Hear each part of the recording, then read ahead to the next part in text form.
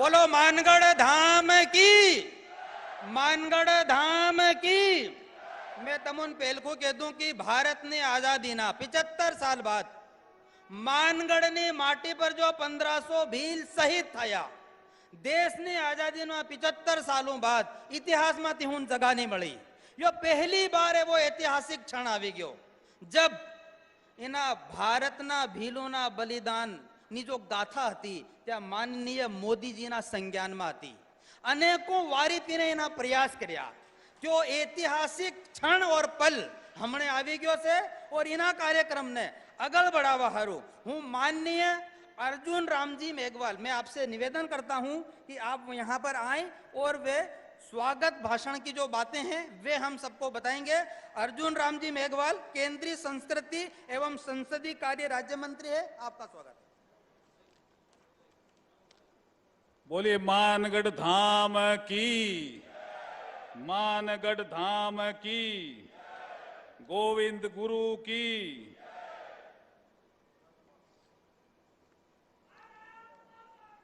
पूरे विश्व के सर्वाधिक लोकप्रिय नेता के रूप में प्रतिष्ठित, हम सभी के प्रेरणा स्रोत, भारत के यशस्वी प्रधानमंत्री आदरणीय श्री नरेंद्र मोदी जी का इस पावन धरा पर हम सब स्वागत करते हैं, वंदन करते हैं और अभिनंदन करते हैं।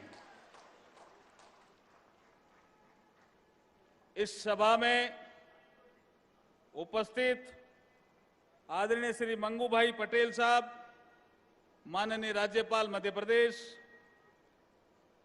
प्रदेश के माननीय मुख्यमंत्री आदरणीय श्री शिवराज सिंह जी चौहान साहब, राजस्थान के माननीय मुख्यमंत्री आदरणीय श्री अशोक गहलोत जी, गुजरात के माननीय मुख्यमंत्री आदरणीय श्री भूपेंद्र भाई पटेल जी, मंच पर विराजमान बेणेश्वर धाम के महंत संत श्री अच्युतानंद जी महाराज, मानगढ़ धाम धूणी के महंत श्री रामचंद्र जी महाराज और शिवगंगा झाबुआ के संस्थापक पद्मश्री आदरणीय श्री महेश जी शर्मा, बांसवाड़ा डूंगरपुर के माननीय सांसद श्री कनकमल जी कटारा, दाहोद लोकसभा के माननीय सांसद श्री जसवंत सिंह भामोर, केंद्रीय मंत्री परिषद के मेरे सदस्य श्री फगन सिंह जी कुलस्ते साहब, सभा में उपस्थित आदरणीय और सम्मान्य सभी संतगण,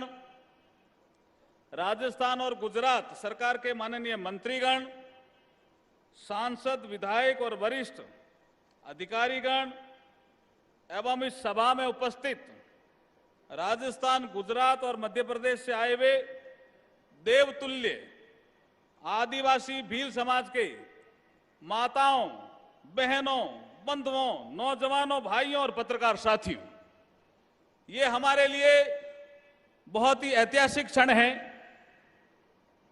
कि आदरणीय नरेंद्र मोदी जी आज इस भूमि को वंदन करने के लिए आए हैं, इस भूमि को प्रणाम करने के लिए आए हैं।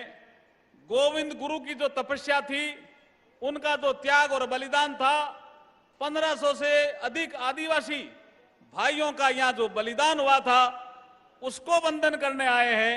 हम प्रधानमंत्री जी आपका बहुत बहुत स्वागत करते हैं और अभिनंदन करते हैं। 17 नवंबर 1913 गोविंद गुरु के नेतृत्व में कुछ इतिहासकार कहते हैं कि 1,10,000 भील समाज के लोग इकट्ठे हुए थे हवन के लिए। कुछ इतिहासकार कहते हैं कि 1,40,000 लोग इकट्ठे हुए थे और अंग्रेजों ने कहा कि अकाल पड़ गया तो क्या हुआ, लगान दीजिए। उन्होंने कहा हम लगान नहीं देंगे। ये अपने किस्म का एक सिविल डिसओबीडियंस जैसा एक आंदोलन था। 1913 अंग्रेजों ने 7 कंपनियां लगाई। एक पहाड़ी पे अंग्रेज थे, दूसरी पहाड़ी पे गोविंद गुरु के नेतृत्व में पूर्णिमा के दिन हवन करने के लिए लोग इकट्ठे हुए थे, अपने गुरु की श्रद्धा के लिए। नियत थे लोगों पर यह कहने के कारण कि हम लगान नहीं देंगे, बेगार नहीं करेंगे, आपका राज यहां क्यों नहीं रहना चाहिए। ये आजादी का आंदोलन जैसा आंदोलन था। उस समय गोलियां चली, 1500 से ज्यादा भील समाज के लोग बलिदान हो गए देश के लिए। ये शुभ अवसर है हमारे लिए नमन करने का इस माटी का, और आप सब पधारे हो इसलिए आपको भी नमन करने का शुभ अवसर है। मुझे अच्छी तरह से याद है प्रधानमंत्री जी कि अभी आजादी का अमृत महोत्सव के दौरान आपने 75 मंत्रियों को 13, 14, 15 अगस्त को विभिन्न स्थानों पर भेजा था, आइकॉनिक प्लेस। मेरी ड्यूटी आपके निर्देशानुसार यहां लगी थी। मैं 13 अगस्त 22 को इस पवित्र मानगढ़ पर आया था, और जब मैं यहां झंडारोहण कर रहा था, तिरंगा फहरा रहा था, तो कुछ गांव में भी गया था, और गांव के लोग कह रहे थे कि प्रधानमंत्री मोदी जी जब मुख्यमंत्री थे तो गुजरात का स्मृति वन महोत्सव यहां 30 जुलाई 2012 को यहीं किया था, पेड़ भी लगाया था, काफी पेड़ लगे। अगर प्रधानमंत्री जी यहां आकर के देखेंगे तो अच्छा लगेगा। आज प्रधानमंत्री जी ने हमारी बात मान ली है, इसलिए पुनः हम आपका स्वागत करते हैं और अभिनंदन करते हैं। मैं ज्यादा समय नहीं लेता हुआ सिर्फ इतना ही कहता हूं कि आजादी के अमृत महोत्सव में अनसंग हीरोज को मान और सम्मान देने का कार्यक्रम प्रधानमंत्री जी ने हाथ में लिया है। संस्कृति मंत्रालय को विशेष जिम्मेदारी दी है कि देश में जहां जहां अनसंग हीरोज हैं, जिन्होंने आजादी की लड़ाई लड़ी, बलिदान दिया, लेकिन इतिहास के पन्नों में उनको स्थान नहीं मिला, उनको प्रॉपर स्थान मिले, प्रॉपर मान सम्मान मिले, वर्तमान पीढ़ी उनके बारे में जाने, भावी पीढ़ी भी जाने, इसके लिए आज का कार्यक्रम है। प्रधानमंत्री जी पुनः आपका स्वागत करते हुए मैं मेरी वाणी को विराम देता हूं। बोलिए मानगढ़ धाम की, मानगढ़ धाम की, गोविंद गुरु की। बहुत बहुत धन्यवाद। देश की आजादी के इन 75 सालों में आदिवासी समाज को इस तरह बताया गया कि उसमें नेशनलिटी थी, राष्ट्रीयता का अभाव है। उनकी लड़ाई सिर्फ जल जंगल जमीन की लड़ाई थी, परंतु पहली बार मानगढ़ की धरती पर आकर हम सबको उस गौरवशाली क्षण का एहसास हो रहा है। और उन सबको कराने में मैंने पहले कहा था, माननीय नरेंद्र मोदी जी को इस बात का संज्ञान शुरू से रहा है। वे पहले भी यहाँ आते रहे हैं और उनके प्रयासों से आज हम सब एक जाजम पर जाति मत पंथ संप्रदाय से ऊपर उठकर मानगढ़ के पूर्वजों को उस माटी की धूलि वंदना करने के लिए हम सबके बीच में उपस्थित है। इसी कड़ी में मैं माननीय महेश जी शर्मा से निवेदन करता हूं कि वे अपना वक्तव्य रखेंगे। महेश जी।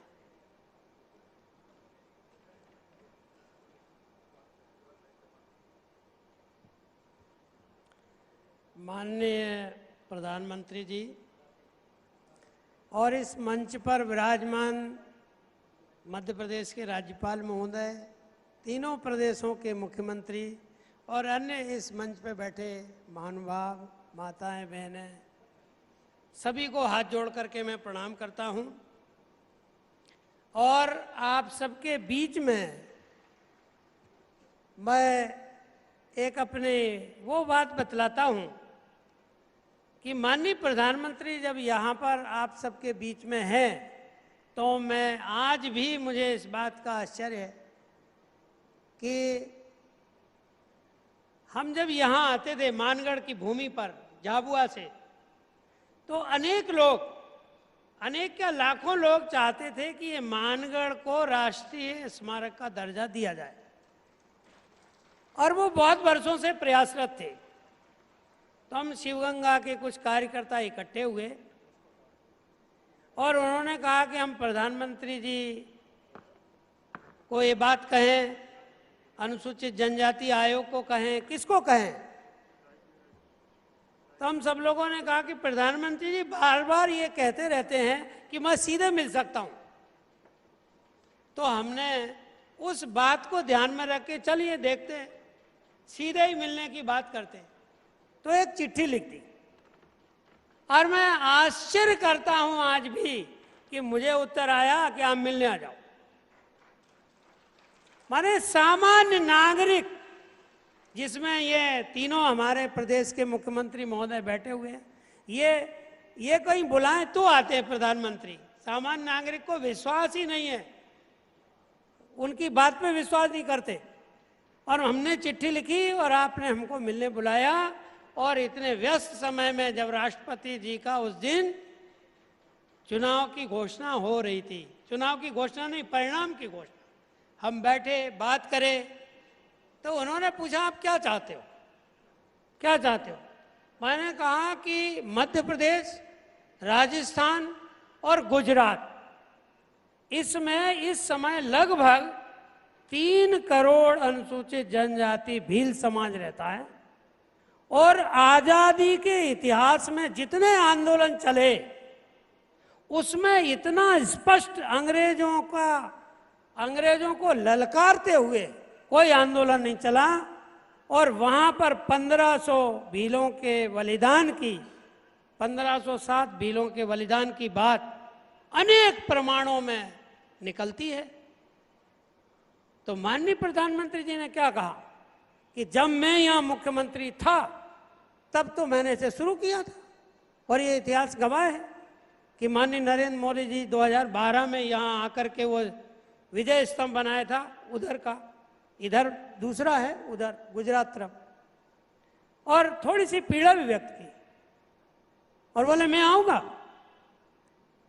तो मुझे लगा कि आपके बीच में और मेरे बीच में कितना अंतर है, मुझे कैसे पता लगेगा? तो बोले मेरी जवाबदारी है।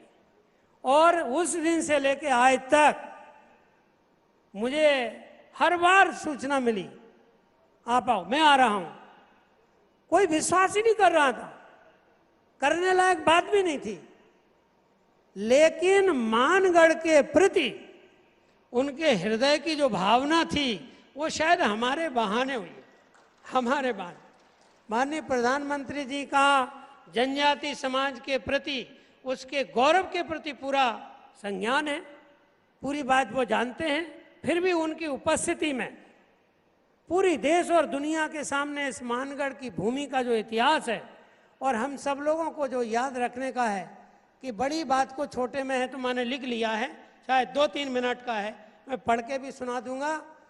और वो ऐसी बात पूरी दुनिया समझे कि भारत में 1857 में अंग्रेजों ने इतना दुर्दांत अत्याचार किया कि 26 साल के अंदर पूरे भारत में लगभग आज़ादी का आंदोलन सुसुप्तावस्था में पहुंच गया था।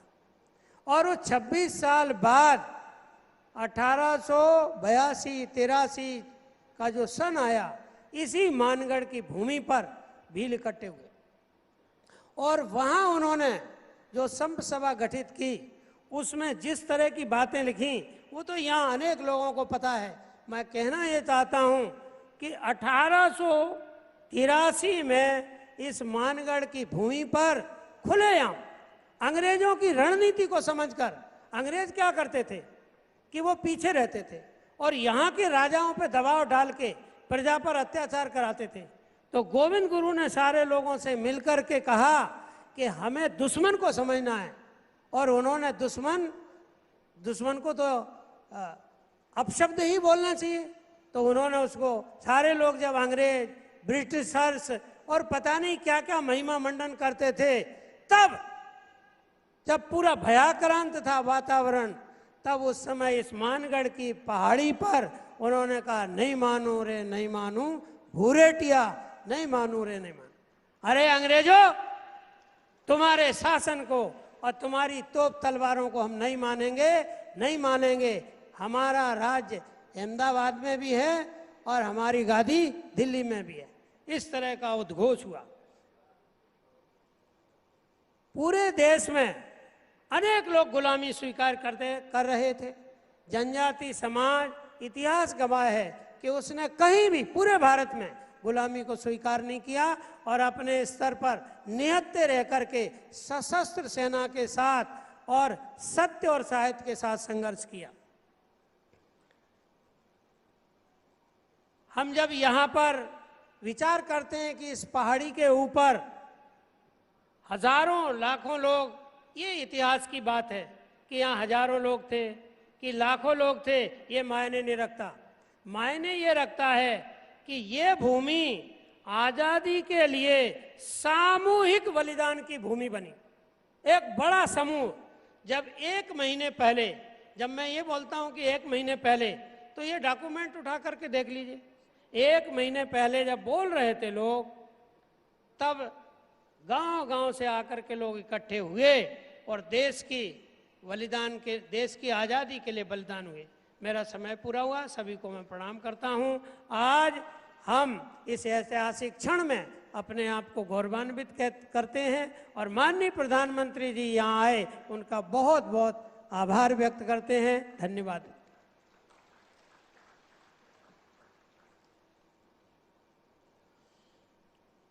भक्ति से देशभक्ति, यह भीलों की प्राचीन परंपरा रही है। सती सुरमल खराड़ी, राजूगेर भाबर, गोविंद गुरु, हम सभी उसी परंपरा के सम्माहक हैं।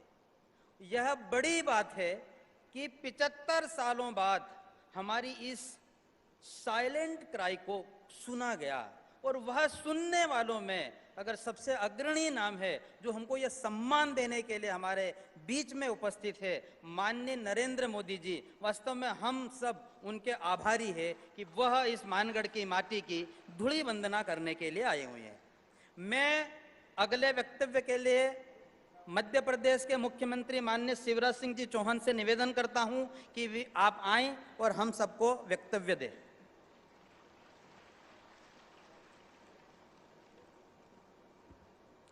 बोलिए भारत माता की जय। जरा ऐसी होनी चाहिए कि दिल्ली तक जाए। भारत माता की, मानगढ़ धाम की, गोविंद गुरु की, बिरसा भगवान की, टंट्या मामा की, मानगढ़ के बलिदानियों की। हमारे प्रिय प्रधानमंत्री, जिनसे हम सब प्रेरणा प्राप्त करते हैं, आज मानगढ़ की धरती को प्रणाम करने आए हैं। आदरणीय श्रीमान नरेंद्र मोदी जी, हमारे मध्य प्रदेश के राज्यपाल आदरणीय श्रीमान मंगू भाई पटेल जी, राजस्थान के मुख्यमंत्री श्री अशोक गहलोत जी, गुजरात के मुख्यमंत्री श्री भूपेंद्र पटेल जी, आदरणीय अर्जुन मेघवाल जी, आदरणीय महेश शर्मा जी, मंचासीन सभी अतिथिगण, संतगण और मानगढ़ के इस पवित्र धाम में पधारे हुए बहनों और भाइयों, आप सबको प्रणाम करता हूं, आप सबको नमस्कार करता हूं। हमारे देश को आजादी अंग्रेजों ने चांदी की तस्तरी में रख के भेंट नहीं की। हजारों क्रांतिकारी हंसते हंसते फांसी के फंदों पे चढ़े थे। कई ने अपनी जिंदगी अंडमान और निकोबार के जेलों में गुजार दी थी, और कई ऐसे थे जिन्होंने अपने खून की बूंद से मानगढ़ और भारत भूमि को पवित्र किया था, रंगा था, तब जाके ये देश स्वतंत्र हुआ था, आजाद हुआ था। लेकिन आजादी के बाद आजादी की लड़ाई का सही इतिहास सचमुच में नहीं पढ़ाया गया, और कई शहीद ऐसे थे जिनका बलिदान सामने नहीं आ पाया। और मानगढ़ में जो कुछ हुआ, मैं इसलिए नहीं बताना चाहता कि महेश जी ने विस्तार से आपको बताया है, लेकिन अपनी धर्म, अपनी संस्कृति और अंग्रेजों को चेतावते हुए गोविंद गुरु जी के नेतृत्व में भूरटिया नहीं माने रे, नहीं माने रे, अंग्रेजों की चुनौती को स्वीकार किया, और 1507 से ज्यादा भील भाई और बहनों ने यह बलिदान किया। सचमुच में बलिदान की भूमि है। मैं प्रणाम इसलिए करना चाहता हूं आदरणीय नरेंद्र मोदी जी को कि आजादी के वो क्रांतिकारी जिनका नाम सामने नहीं आ पाया, उनके बलिदान स्थल पर अगर स्मारक बनाने का फैसला किया तो हमारे प्रिय प्रधानमंत्री श्रीमान नरेंद्र मोदी जी ने किया। पूजे न गए शहीद तो फिर ये मंत्र कौन अपनाएगा? तोपों के मुंह से कौन नकल छातियां अपनी अड़ाएगा? चूमेगा फंदे कौन, गोलियां कौन बख्श पे खाएगा? अपने हाथों अपने मस्तक फिर आगे कौन बढ़ाएगा? पूजे न गए शहीद तो फिर ये बीज कहां से आएगा? धरती को मां कहकर माटी माथे से कौन लगाएगा? और शहीदों के पूजन की ये परंपरा फिर से प्रारंभ की है हमारे प्रधानमंत्री जी ने। यहाँ की मानगढ़ की अमर गाथा, जहाँ 1507 से ज्यादा भील भाई और बहनों ने बलिदान दिया, आज सचमुच में वो जहां भी होंगे उनको लगता होगा कि हमारा बलिदान याद किया जा रहा है। मध्य प्रदेश की धरती पर भी, चाहे वो हमारे टंट्या मामा हो, चाहे भीमा नायक हो, रघुनाथ शाह हो, शंकर शाह हो, ऐसे आजादी के जो हमारे दीवाने जनजाति नायक थे, उनके भी स्मारक बनाने का काम किया है।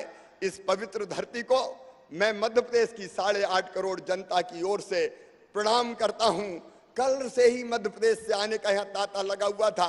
रात में ही सारे लोग आ गए थे इस मानगढ़ धाम को प्रणाम करने, और जब वो यहाँ से जाएं तो मैं इतना ही कहना चाहता हूं कि यहाँ की पवित्र माटी का तिलक लगा के जाएं और यहाँ की माटी अपने साथ ले जाएं, ताकि बाकी ग्रामवासियों का भी तिलक करो, इस माटी से तिलक करो। ये धरती है बलिदान की।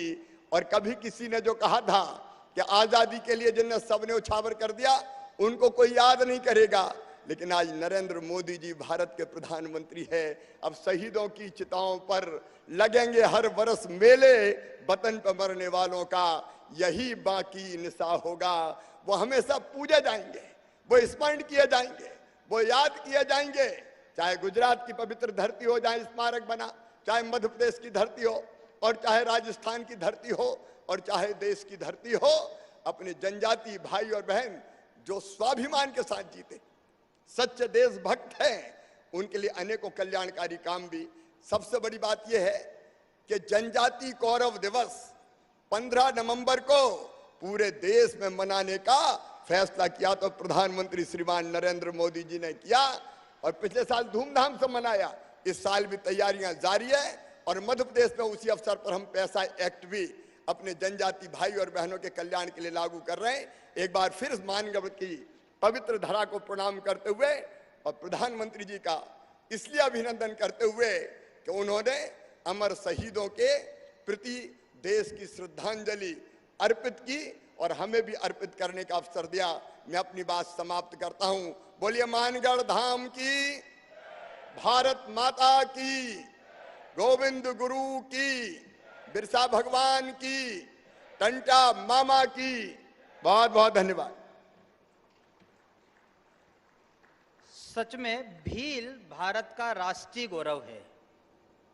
अंग्रेजों की नरसंसता और भीलों की शौर्य गाथा, उसकी साक्षी यह मानगढ़ की पहाड़ी, यहाँ की माटी, यहाँ का कण कण पवित्र है। आज हम सब उस धरती पर बैठे हुए हैं।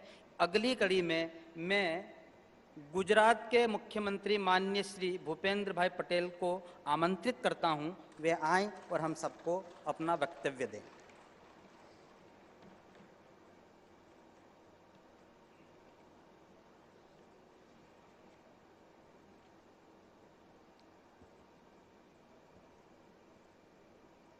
मानगढ़ धाम की गौरव गाथा के इस राष्ट्रभक्ति सबर शहीद वंदना समारोह में उपस्थित विश्व के लोकप्रिय जननायक और यशस्वी प्रधानमंत्री श्री नरेंद्र मोदी जी, मध्य प्रदेश के राज्यपाल श्री मंगू भाई पटेल, मध्य प्रदेश के मुख्यमंत्री श्री शिवराज जी चौहान, राजस्थान के मुख्यमंत्री श्री अशोक गहलोत जी, केंद्रीय राज्य मंत्री श्री फागन सिंह कुलस्ते, केंद्रीय राज्य मंत्री श्री अर्जुन सिंह मेघवाल जी, सांसद श्री जसवंत सिंह भाभोर, श्री कनकमल कटारा, संत अच्युतानंद जी महाराज, बनेश्वर धाम, श्री महेश शर्मा, शिव गंगा संस्थान, रामचंद्र जी महाराज महंत मानगढ़ धाम, विक्रमदास जी महाराज लशुनिया धाम, और गुजरात, राजस्थान और मध्य प्रदेश से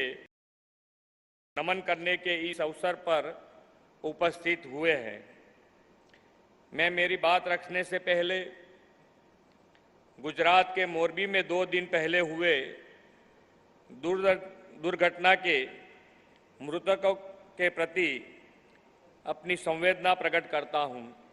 इस हादसे में जिन नागरिकों ने अपनी जान गंवाई है उनके आत्मा को परमात्मा शांति प्रदान करे और दिव्यंत आत्मा के परिवार को ये दुख झेलने की शक्ति ईश्वर दे, यह हम सब की प्रार्थना है।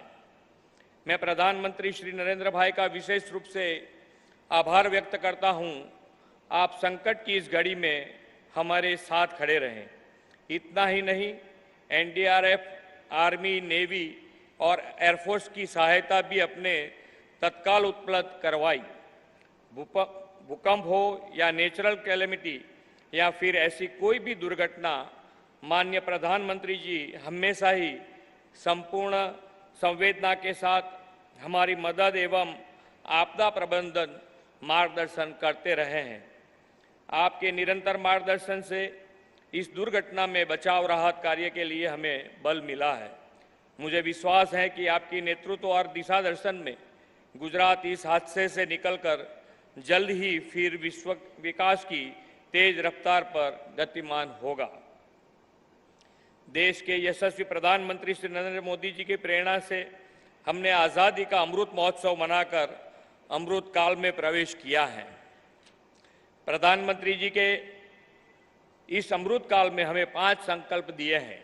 इस 5 संकल्प में से एक है अपनी विरासत पर गर्व करना।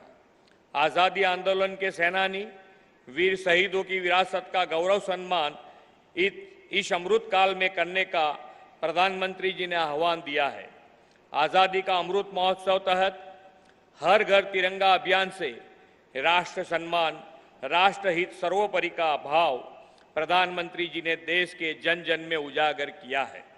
आज़ादी के वटवृक्ष को अपने बलिदान तथा संपूर्ण समर्पण से संचित करने वाले मानगढ़ के वनबंधु आजाद आदिजाति समुदाय की स्मृति जनमानस में पुनः जागृत करने का आज ऐतिहासिक अवसर है। ये हमारा गौरवशाली इतिहास है कि आदिवासी भाई बहनों ने भी स्वतंत्रता संग्राम में बढ़ चढ़कर हिस्सा लिया और अलग अलग आंदोलन के माध्यम से अंग्रेजों के खिलाफ लड़ाई लड़ी। हमारा आदिवासी समाज एक बलिदानी समाज है।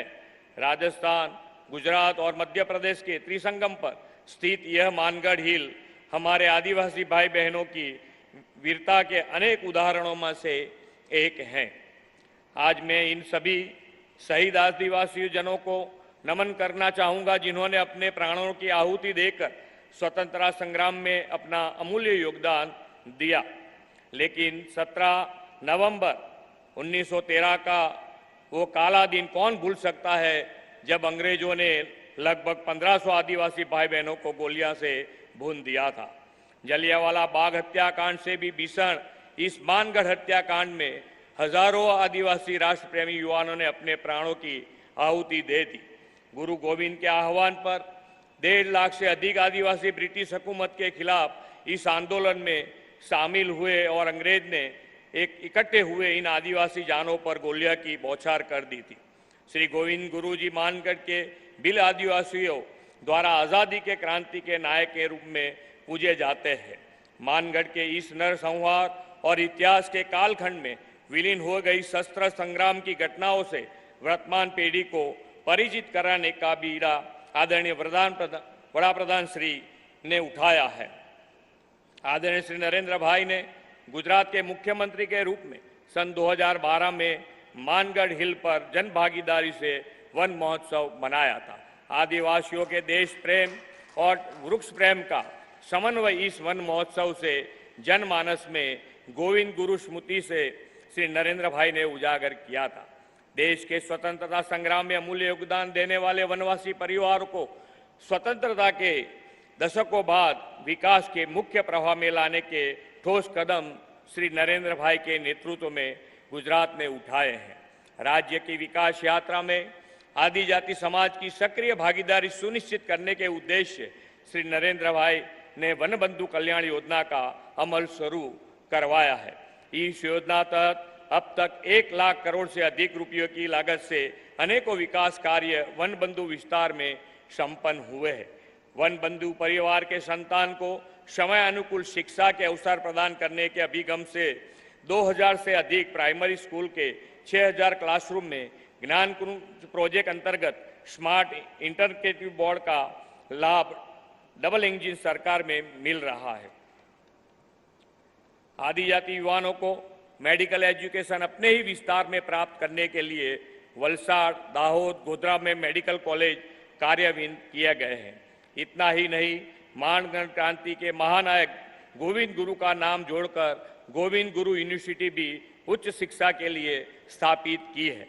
आदरणीय प्रधानमंत्री श्री नरेंद्र भाई ने आजादी की जंग में आदिवासी वनबंधु समुदाय के अप्रतिम योगदान, साहस और शौर्य को विश्व समक्ष उजागर करने का यह अनमोल राष्ट्र गौरव अवसर हमें मानगढ़ धाम की गौरव गाथा के माध्यम से दिया है। इस गौरव अवसर के लिए आदरणीय प्रधानमंत्री जी का वनवासी समुदाय की तरफ से आभार प्रकट करते हुए मैं अपनी बात पूर्ण करता हूं। मानगढ़ धाम की जय, भारत माता की जय, वंदे मातरम, जय जय गरवी गुजरात। इतिहास साक्षी है, जब जब भी भारत की एकता, अखंडता का, उसके लिए बलिदान होने का अवसर आया, आदिवासी समाज ने कभी पीठ नहीं दिखाई। आप राणा पुंजा की बात कर लो, अभी हम जिन बातों कर रहे ऐसे सैकड़ों महापुरुषों की बात कर लो, पर इन 75 साल में हमको इतिहास में वो सम्मान और स्थान नहीं मिला। हमको लेखकों ने, इतिहासकारों ने अलग अलग शब्दों से नवाजा, परंतु आज वह फिर से पुनः ऐतिहासिक पल और दिन हम सबके सामने उपस्थित है, जब हम सबको हमारे महापुरुषों की गौरव गाथा और उनकी बलिदान की माटी की वंदना करने का मौका मिल रहा है। इसी कड़ी में मैं आगे राजस्थान के मुख्यमंत्री माननीय श्री अशोक जी गहलोत साहब से निवेदन करता हूं कि आप आएं और अपना वक्तव्य हम सबको दें।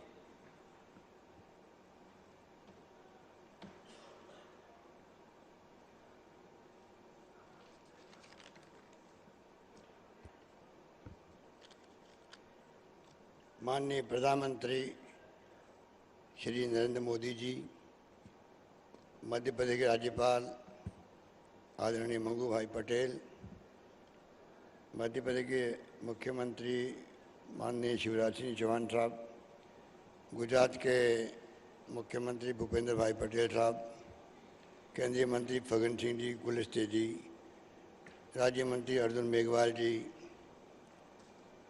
सांसद कनकमल कटारा जी, जसवंत जी डामोर और महेश शर्मा जी, रामचंद्र जी महाराज साहब, संत अच्युतानंद जी महाराज साहब और यहाँ उपस्थित हमारे साथी, मंत्रिमंडल के साथी महेंद्र मालविया जी, अर्जुन बामनिया जी, रामलाल जी जाट साहब, भंवर सिंह जी भाटी और नेता प्रतिपक्ष गुलाब चंद कटारिया जी और तमाम उपस्थित बुजुर्गों, भाइयों और बहनों, नौजवान साथियों, मुझे बहुत पसंद था कि आज मानगढ़ धाम पे प्रधानमंत्री जी पधारे।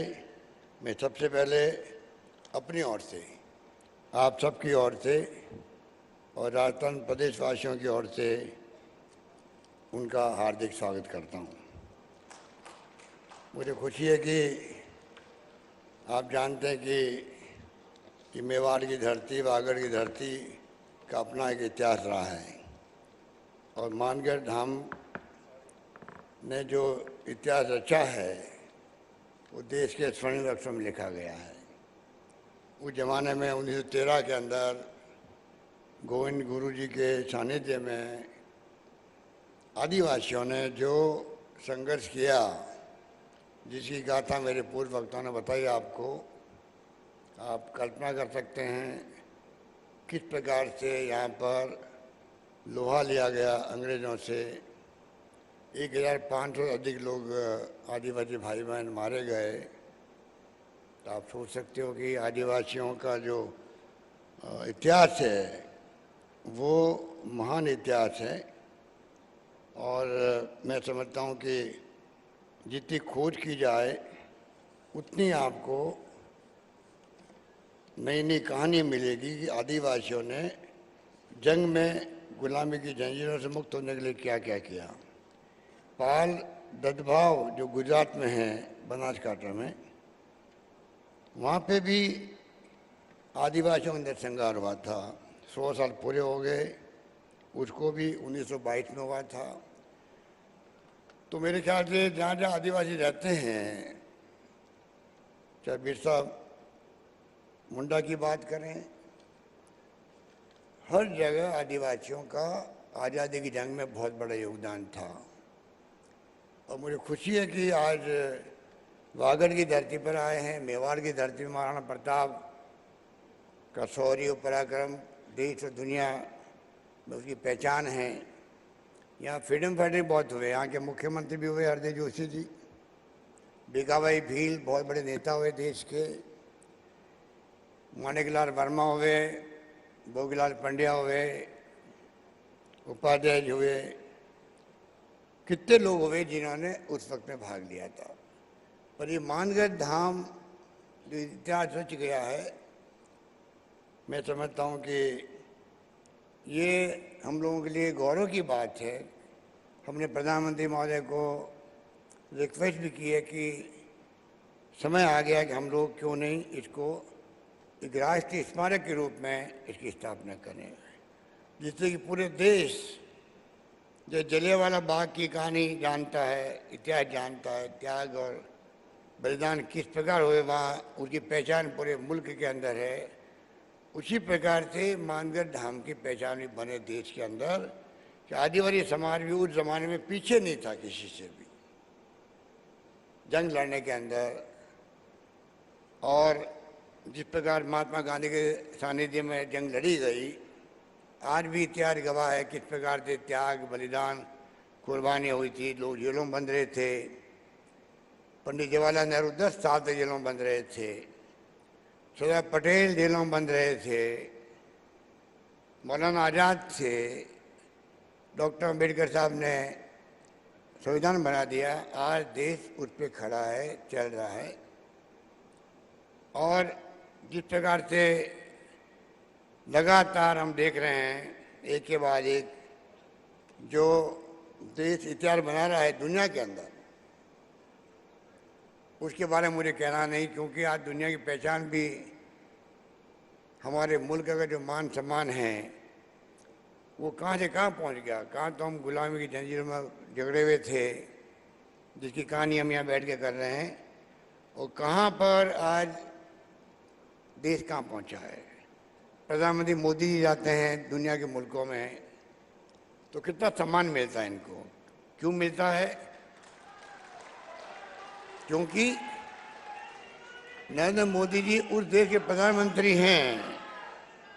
नरेंद्र मोदी जी उस देश के प्रधानमंत्री हैं जो हमारे मुल्क में आए हैं, जो गांधी का देश है, जहाँ लोकतंत्र की जड़ें मजबूत है, गहरी है। 70 साल के बाद में वहाँ लोकतंत्र जिंदा रहा है। ये दुनिया को एहसास होता है तो उनको गर्व होता है कि उन देश का प्रधानमंत्री मोदी जी हमारे मुल्क में आ रहे हैं। तो आप सोच सकते हो कि किस प्रकार से ये देश आगे बढ़ा है। और कहाँ बांसवाड़े की बात करें तो मामा बालेश्वर जी का नाम अभी ले रहे थे मोदी जी। इनको ज्ञान है कि मामा बालेश्वर का क्या योगदान था। गोविंद गुरु के बाद में किस प्रकार से उन्होंने लगातार जागृति का काम किया, लोगों को जगाने का काम किया। और मैं समझता हूँ नाथू भाई भगत, हीरा भाई मेंबर पार्लियामेंट थे, किसी ने कमी नहीं रखी। और सभा बना करके जो गोविंद गुरु ने प्रयास किए, उनको जेल जाना पड़ा, 8-10 साल तक जेलों में रहे। आप कल्पना कर सकते हो कि गोविंद गुरु का जो योगदान है उनको देश कभी भूल नहीं पाएगा। इस मौके पर क्योंकि समय की सीमा है, प्रधानमंत्री जी को बोलना भी है, जाना भी है, तो मैं खाली 2 बातें कह के अपनी बात समाप्त करना चाहूँगा। राजस्थान सरकार, मैं प्रधानमंत्री जी को कहना चाहूँगा, हम लोग आदिवासियों के लिए भी शिक्षा के क्षेत्र में यहाँ विश्वविद्यालय खोला गया है बांसवाड़ा के अंदर। शिक्षा के क्षेत्र में हम लोग सभी तरह से कॉलेजेस खोल रहे हैं, उनका जाल बिछा रहे हैं। स्वास्थ्य सेवा में बहुत हम आगे निकल गए हैं। बल्कि मैं आपसे आग्रह करूंगा कि आप अगर हमारा मॉडल जो राजस्थान का चिरंजीव योजना का, उसका अगर आप एग्जामिन करवाएंगे तो हो सकता है कि आप उसको पूरे देश में लागू करना चाहेंगे। पूरी तरह हमने right to health, universal health services देने का प्रारंभ किया राजस्थान के अंदर, उसका लोगों ने स्वागत किया। एक बात जो यहाँ पर पहले रतलाम से डूंगरपुर वाया बांसवाड़ा रेल से जुड़ा हुआ नहीं है, जहाँ हम बैठे हुए हैं जिस जिले में, उसको पिछली बार हम लोगों ने रेलवे की स्कीम थी तो 50% सरकार पैसा देगी, स्टेट गवर्नमेंट देगी, उसको हमने मंजूर किया था उस जमाने के अंदर।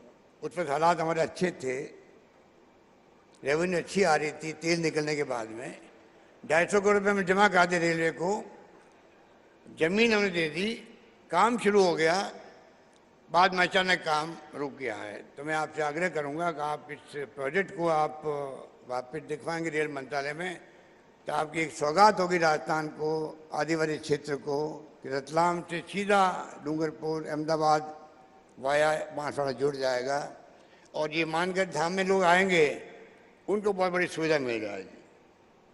और अंत में फिर वही मांग करूंगा जो हम लोग कहते आए हैं कि राष्ट्रीय स्मारक घोषित हो मानगढ़ धाम। मुझे खुशी है कि प्रधानमंत्री जी आपने अभी 4-5 दिन पहले ही इसके बारे में जानकारी प्राप्त करी है। आपने राजस्थान के, गुजरात के, मध्य प्रदेश के चीफ सेक्रेटरी से बात करी है, वीडियो कॉन्फ्रेंसिंग स्वयं ने बात करी, आपने स्वयं ने बात करी है। इसके मायने होते हैं, इसका मतलब है आपके दिलो दिमाग के अंदर ये बात रही है कि मैं 1 तारीख को जाऊंगा मानगढ़ धाम, तो इसके बारे में जानकारी प्राप्त करके जाऊं।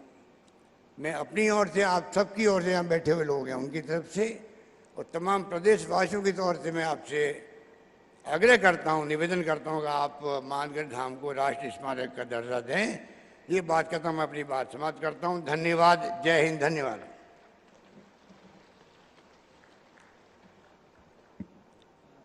गोविंद गुरु जी के ऊपर एक 5 मिनट की मूवी बनी हुई है, मैं उनसे आग्रह करता हूं कि वे उसको चलाना शुरू करें। आजादी के अमृत महोत्सव का लक्ष्य स्वतंत्रता संग्राम से जुड़ी वीरता की अनसुनी कहानियां और अनसुने वीर नायकों की कथा को उजागर करना और उनके आदर्शों को अपने जीवन में आत्मसात करना है।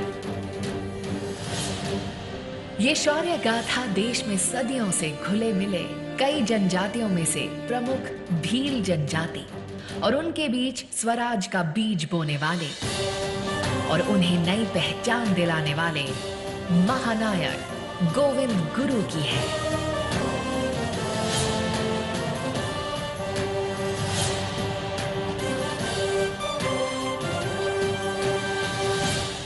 ये कहानी मानगढ़ की पहाड़ी पर हुए उस नरसंहार की है जिसमें हजारों निर्दोष भील आदिवासियों ने भारत माता के लिए अपने प्राण न्योछावर किए थे। गुजरात की सीमा में मानगढ़ पहाड़ी पर स्मृति वन बना है जिसका उद्घाटन तत्कालीन मुख्यमंत्री और वर्तमान प्रधानमंत्री श्री नरेंद्र मोदी जी ने किया था। आज भूमि पर गोविंद गुरु ने प्रेरणा दी, निशस्त्र समाज सुधार करके काम कर रहा है भगतों समूह संप सभाना लोगों और संप सभाना लोगों समाज सुधारવાનું काम करे, अंग्रेज सल्तनत सामे પોતાનો आवाज उठावे।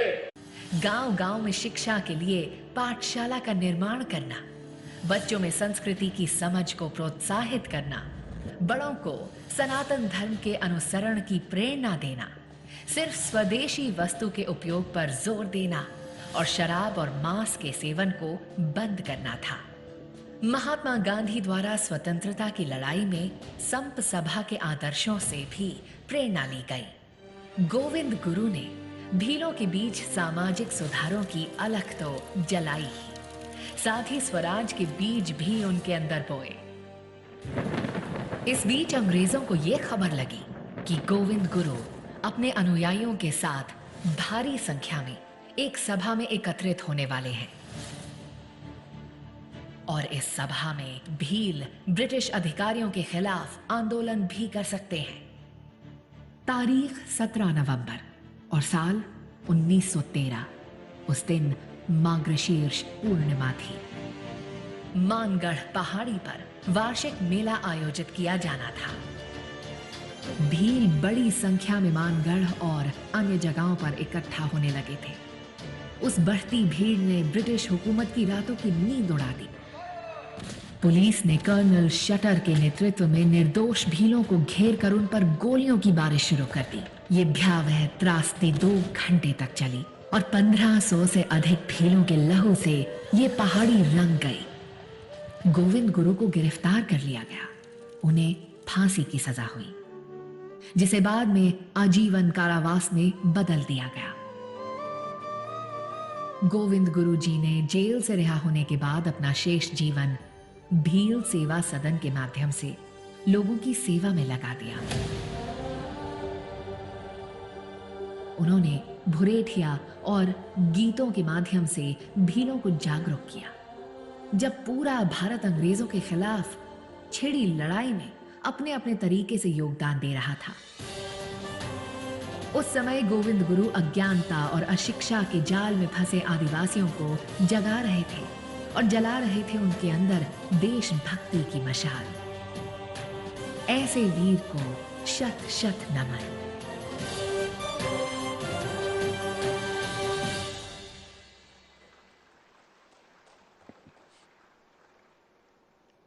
सच में भारत आजाद होने के इन 75 सालों में उसके पहले का या अभी का जो इतिहास लिखा गया है, ये ठीक वैसा है। शेरों का इतिहास शिकारियों ने लिखा है। पहली बार ऐसा होने जा रहा है जब शेरों का इतिहास शेर लिखेंगे। हम सब पूरे भारत के वासी इस बात को महसूस कर रहे होंगे कि पिछले कुछ वर्षों में माननीय नरेंद्र मोदी जी के प्रयासों से भारत के आम जन में जो भारत के महापुरुषों के प्रति, भारत की परंपराओं के प्रति जो गौरव का भान आया है, जो देश के प्रति एक समर्पण और समृद्धि की भावना को जो बलवती मिली है, उन सब को हम महसूस कर रहे हैं।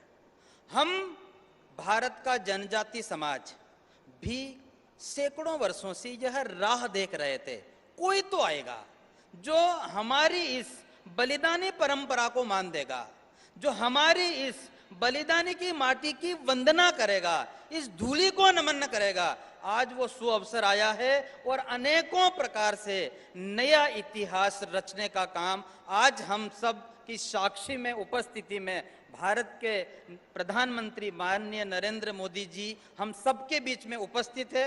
हम सब बहुत ही उत्सुक और उमंग से भरे हुए हैं उस पल के जिसमें हम सब लोग अभी आपकी बात सुनेंगे। मैं भारत के प्रधानमंत्री माननीय नरेंद्र मोदी जी से आह्वान करता हूं कि वे हम सबको आशीर्वाद दे, मार्गदर्शन दे।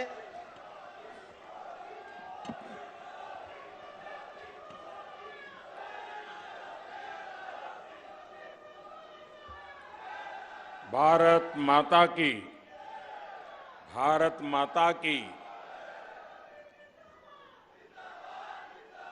कार्यक्रम में उपस्थित राजस्थान के आदरणीय मुख्यमंत्री श्रीमान अशोक गहलोत जी, मध्य प्रदेश के गवर्नर और आदिवासी समाज के बहुत बड़े नेता श्री मंगू भाई पटेल, गुजरात के मुख्यमंत्री श्री भूपेंद्र भाई पटेल, मध्य प्रदेश के मुख्यमंत्री श्रीमान शिवराज सिंह जी चौहान, मंत्री परिषद के मेरे सहयोगी श्री फगन सिंह कुलस्ते जी, श्री अर्जुन मेघवाल जी, विभिन्न संगठनों के प्रमुख व्यक्तित्व, सांसदगण, विधायकगण और मेरे पुराने मित्र, आदिवासी समाज की सेवा में जिन्होंने अपना जीवन समर्पित किया है, ऐसे भाई महेश जी और विशाल संख्या में पधारे आए, दूर सुदूर से मानगढ़ धाम आए हुए मेरे प्यारे आदिवासी भाई और बहनों, मेरे लिए खुशी की बात है कि मुझे आज फिर एक बार मानगढ़ की इस पवित्र धरती पर आकर के सर झुकाने का अवसर मिला है।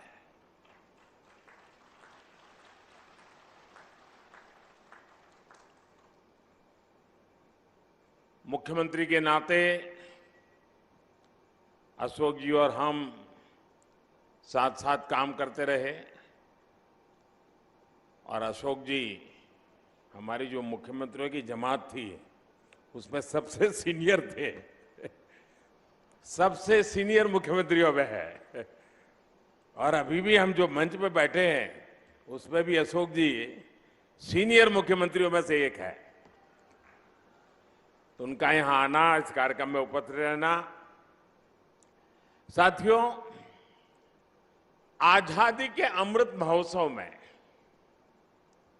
हम सभी का मानगढ़ धाम आना, ये हम सबके लिए प्रेरक है, हमारे लिए सुखद है। मानगढ़ धाम जनजातीय वीर वीरांगनाओं के तप, त्याग, तपस्या और देशभक्ति का प्रतिबिंब है। ये राजस्थान, गुजरात, मध्य प्रदेश और महाराष्ट्र के लोगों की साझी विरासत है। परसों यानी 30 अक्टूबर को गोविंद गुरु जी की पुण्यतिथि थी। मैं सभी देशवासियों की तरफ से गोविंद गुरु जी को पुनः श्रद्धांजलि अर्पित करता हूं। मैं गोविंद गुरु जी की तप तपस्या, उनके विचारों और आदर्शों को प्रणाम करता हूं। भाई और बहनों, गुजरात का मुख्यमंत्री रहते हुए मानगढ़ का जो क्षेत्र गुजरात में पड़ता है, मुझे उसकी सेवा का सौभाग्य मिला था। उसी क्षेत्र में गोविंद गुरु ने अपने जीवन के अंतिम वर्ष भी बिताए थे। उनकी ऊर्जा, उनकी शिक्षाएं आज भी इस मिट्टी में महसूस की जा रही हैं। मैं विशेष रूप से हमारे कटारा कनकमल जी का और यहां के समाज का भी आज सर झुका करके नमन करना चाहता हूं। जब मैं पहले आता था, एक पूरा वीरान क्षेत्र था और मैंने आग्रह किया था वन महोत्सव के द्वारा। आज मुझे इतना संतोष हुआ, चारों तरफ मुझे हरियाली नजर आ रही है। आपने पूरे श्रद्धाभाव से वन विकास के लिए जो काम किया है, इस क्षेत्र को जिस प्रकार से हरा भरा बना दिया है, मैं इसके लिए यहां के सभी साथियों का हृदय से आज मैं अभिनंदन करता हूं। साथियों, उस क्षेत्र में जब विकास हुआ, जब सड़कें बनी, तो वहां के लोगों का जीवन तो बेहतर हुआ ही, गोविंद गुरु की शिक्षाओं का भी विस्तार हुआ। साथियों, गोविंद गुरु जैसे महान स्वतंत्रता सेनानी भारत की परंपराओं के, भारत के आदर्शों के प्रतिनिधि थे। वो किसी रियासत के राजा नहीं थे, लेकिन फिर भी वो लाखों लाखों आदिवासियों के नायक थे। अपने जीवन में उन्होंने अपना परिवार खो दिया, लेकिन हौसला कभी नहीं खोया। उन्होंने हर आदिवासी को, हर कमजोर, गरीब और भारतवासी को अपना परिवार बनाया। गोविंद गुरु ने अगर आदिवासी समाज के शोषण के खिलाफ अंग्रेजी हुकूमत से संघर्ष का बिगुल फूंका, तो साथ ही अपने समाज की बुराइयों के खिलाफ भी उन्होंने लड़ाई लड़ी थी। वो एक समाज सुधारक भी थे, वो एक आध्यात्मिक गुरु भी थे, वो एक संत भी थे, वो एक लोक नेता भी थे। उनके जीवन में हमें साहस, शौर्य के जितने महान दर्शन होते हैं उतना ही ऊंचा उनका दार्शनिक और बौद्धिक चिंतन भी था। गोविंद गुरु का वो चिंतन, वो बोध आज भी उनकी धुनी के रूप में मानगढ़ धाम में अखंड रूप से प्रदीप्त हो रहा है। और उनकी संप सभा, देखिए शब्द भी कितना मार्मिक है। संप सभा, समाज के हर तबके में संप भाव पैदा हो, इसलिए उन्होंने संप सभा के आदर्श आज भी एकजुटता, प्रेम और भाईचारा की प्रेरणा दे रहे हैं। उनके भगत अनुयायी आज भी भारत की आध्यात्मिकता को आगे बढ़ा रहे हैं। साथियों, 17 नवंबर 1913 को मानगढ़ में जो नरसंहार हुआ, वो अंग्रेजी हुकूमत की क्रूरता की पराकाष्ठा थी। एक और आजादी में निष्ठा रखने वाले भोले भाले आदिवासी भाई बहन, तो दूसरी ओर दुनिया को गुलाम बनाने की सोच मानगढ़ की इस पहाड़ी पर अंग्रेजी हुकूमत ने 1,500 से ज्यादा युवाओं, बुजुर्गों, महिलाओं को घेर करके उन्हें मौत के घाट उतार दिया। आप कल्पना कर सकते हैं, एक साथ 1,500 से ज्यादा लोगों की जघन्य हत्या करने का पाप किया गया।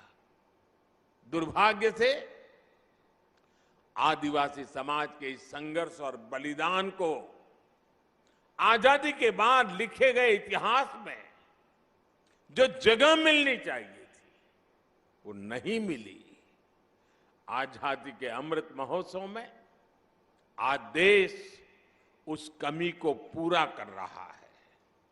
आज देश उस दशकों पहले की भूल को सुधार रहा है। साथियों, भारत का अतीत, भारत का इतिहास, भारत का वर्तमान और भारत का भविष्य आदिवासी समाज के बिना पूरा नहीं होता। हमारी आजादी की लड़ाई का भी पग पग इतिहास का पन्ना पन्ना आदिवासी वीरता से भरा पड़ा है। 1857 की क्रांति से भी पहले विदेशी हुकूमत के खिलाफ आदिवासी समाज ने संग्राम का बिगुल फूंका था।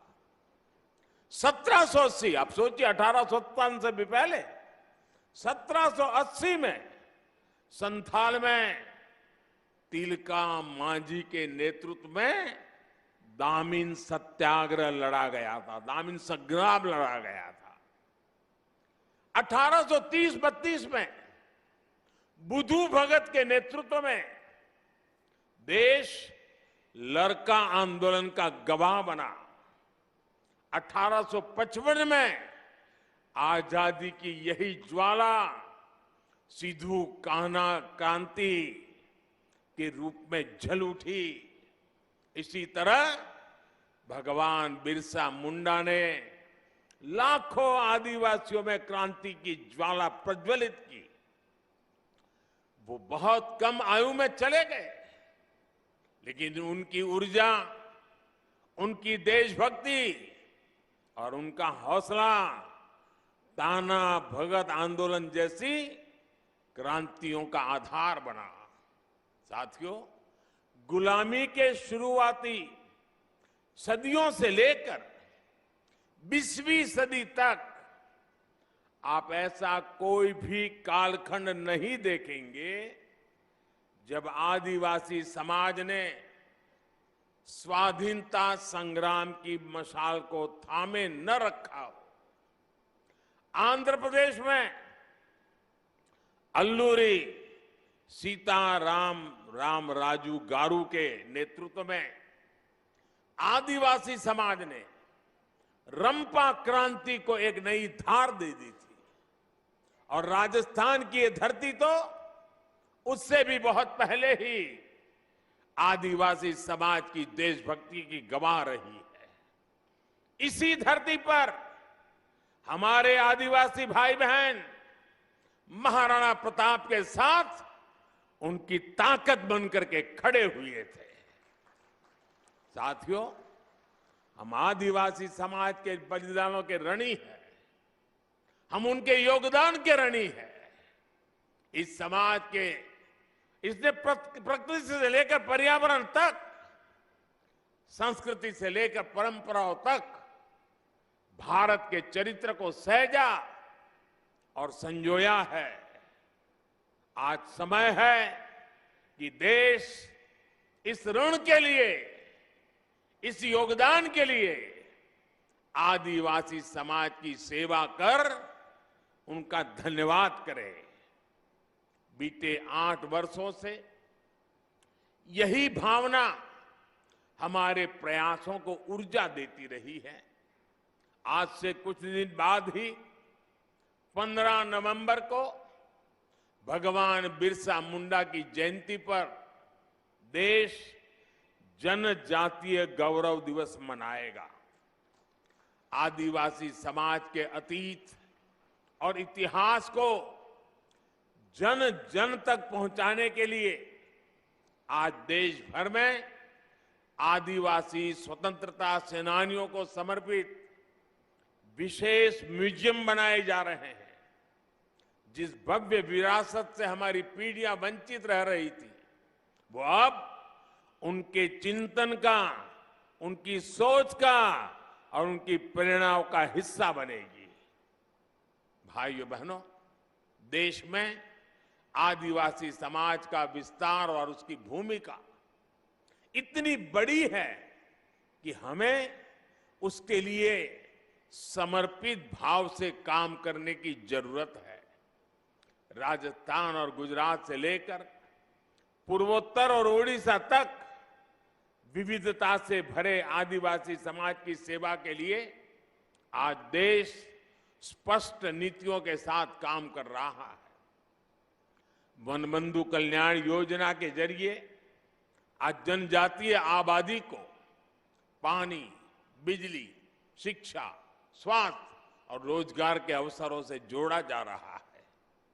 आज देश में वन क्षेत्र भी बढ़ रहे हैं, वन संपदा भी सुरक्षित की जा रही है और साथ ही आदिवासी क्षेत्र डिजिटल इंडिया से भी जुड़ रहे हैं। पारंपरिक कौशल के साथ साथ आदिवासी युवाओं को आधुनिक शिक्षा के भी अवसर मिले, इसके लिए एकलव्य आदिवासी विद्यालय भी खोले जा रहे हैं। यहां इस कार्यक्रम के बाद मैं जामुगोड़ा जा रहा हूं, जहां गोविंद गुरुजी के नाम पर बनी यूनिवर्सिटी के भव्य प्रशासनिक कैंपस का लोकार्पण करूंगा। साथियों, आज आपके बीच आया हूं तो एक और बात भी मेरा बताने का मन करता है। आपने देखा होगा, कल शाम ही मुझे अहमदाबाद से उदयपुर ब्रॉडगेज लाइन पर चलने वाली ट्रेन को हरी झंडी दिखाने का अवसर मिला है। 300 किलोमीटर लंबी इस रेल लाइन का ब्रॉडगेज में बदलना राजस्थान के हमारे भाई और बहनों के लिए भी बहुत महत्वपूर्ण है। इस परिवर्तन से राजस्थान के अनेक आदिवासी क्षेत्र गुजरात के आदिवासी क्षेत्रों से जुड़ जाएंगे। इस नई रेल लाइन से राजस्थान के टूरिज्म को भी बड़ा लाभ होगा, यहां के औद्योगिक विकास में भी मदद मिलेगी। इससे युवाओं को रोजगार की भी नई संभावनाएं बढ़ेगी। साथियों, अभी यहां मानगढ़ धाम के संपूर्ण विकास की चर्चा भी हुई है। मानगढ़ धाम के भव्य विस्तार की प्रबल इच्छा हम सभी में है। इसके लिए राजस्थान, गुजरात, मध्य प्रदेश और महाराष्ट्र को मिलकर काम करने की आवश्यकता है। मेरे यहां चारों राज्य और सरकारों से आग्रह है कि इस दिशा में विस्तृत चर्चा करें, एक रोड मैप तैयार करें, ताकि गोविंद गुरु जी का ये स्मृति स्थल भी पूरे विश्व में अपनी पहचान बनाए। मुझे विश्वास है मानगढ़ धाम का विकास इस क्षेत्र को नई पीढ़ी के लिए प्रेरणा का एक जागृत स्थल बनाएगा। और मैं ये विश्वास दिलाता हूं, क्योंकि कई दिनों से हमारी चर्चा चल रही है, जितना जल्दी, जितना ज्यादा क्षेत्र हम निर्धारित करेंगे, तो फिर सब मिलकर के और भारत सरकार के नेतृत्व में हम इसको और अधिक विकास कर सकते हैं। इसको कोई राष्ट्रीय स्मारक कह सकता है, कोई संकलित व्यवस्था कह सकता है, नाम तो कोई भी दे देंगे, लेकिन भारत सरकार और इन 4 राज्यों के जनजातीय समाज का सीधा संबंध है। इन चारों राज्यों ने और भारत सरकार ने मिलकर के इसको और नई ऊंचाइयों पर ले जाना है। उस दिशा में भारत सरकार पूरी तरह कमिटेड है। मैं फिर एक बार आप सबको बहुत बहुत शुभकामनाएं देता हूं। गोविंद गुरु के श्री चरणों में प्रणाम करता हूं। उनकी धुनी से मिली हुई प्रेरणा से आदिवासी समाज के कल्याण का संकल्प लेकर के हम सभी निकले, यही मेरी आप सबसे प्रार्थना है। बहुत बहुत धन्यवाद। बहुत बहुत धन्यवाद एवं आभार माननीय नरेंद्र मोदी जी एवं उपस्थित समस्त अतिथिगण। हमारे भील समाज को आपने जो यहाँ मान दिया है, हमारे पूर्वजों की माटी का यहाँ जो वंदन हुआ है, आपका बहुत बहुत आभार। आपू बहिरे जो थोड़ी बार है ना।